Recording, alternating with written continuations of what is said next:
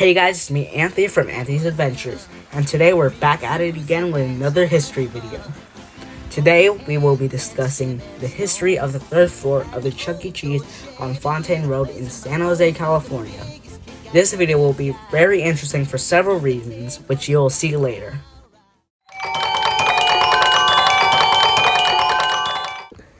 In 1974, Magic Village Toys and Things would open their only location at 2445 Fontaine Road, right off the 101 freeway. The location would be a 3-story toy store, and the location would house 3 giant toy soldiers and 3 accompanying glass windows on the side of the store. But unfortunately, the toy store would close sometime in the late 70s and would become a discotheque for a bit before becoming a Chuck E. Cheese. Chuck E. Cheese would buy the building and would start planning the location.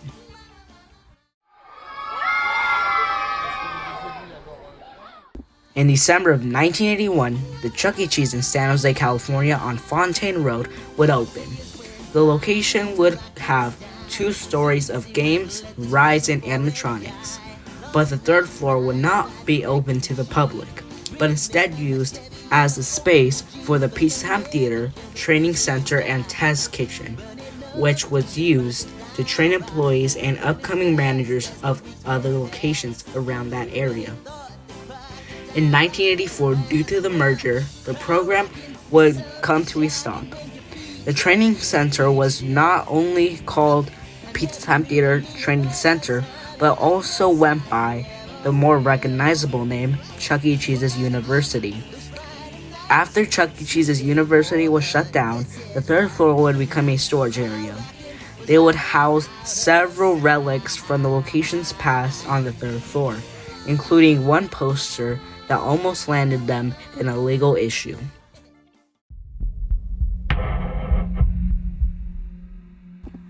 In the location, they had a mural named Royal Order of Rodents, which had Chucky on it. But the mural also included Mickey Mouse, Minnie Mouse, Gus, Jack, and Morty characters owned by the Disney company. Once Disney became aware of the mural at the location, they sent a cease and desist letter on October 13th, 1989.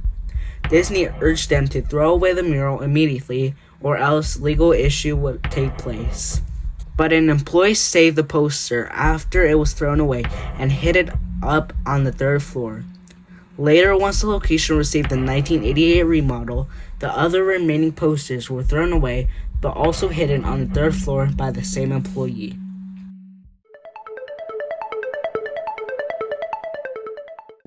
In December of 2000, the location's 2-stage would be removed, along with the sky tubes, and replaced with a Studio C Alpha stage.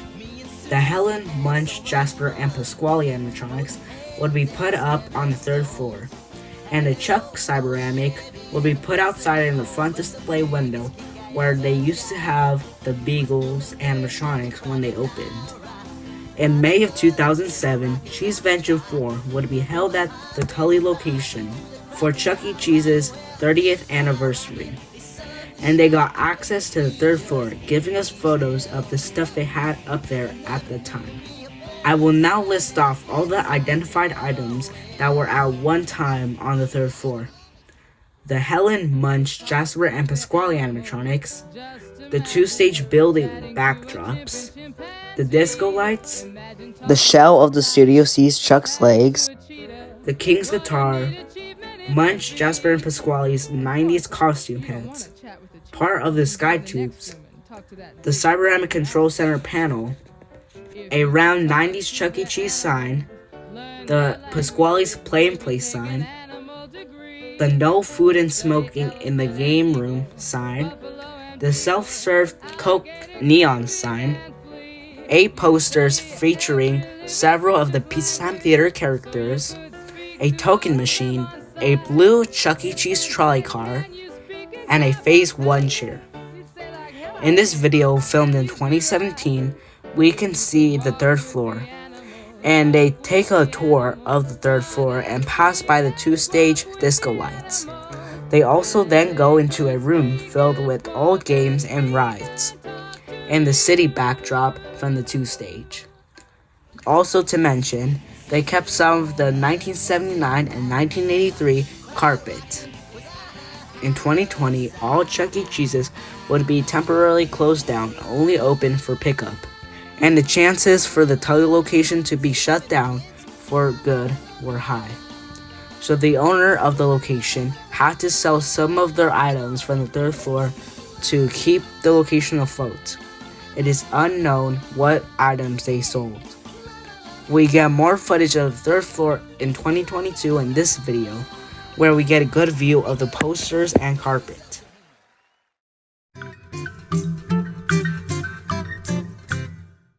In conclusion, the San Jose location's 3rd floor was a very interesting topic to go over. From it being a training center in the 80s to it becoming a storage area and holding historic parts of the location's history. Don't forget to like, share, and subscribe. Thanks for watching, and see you next week.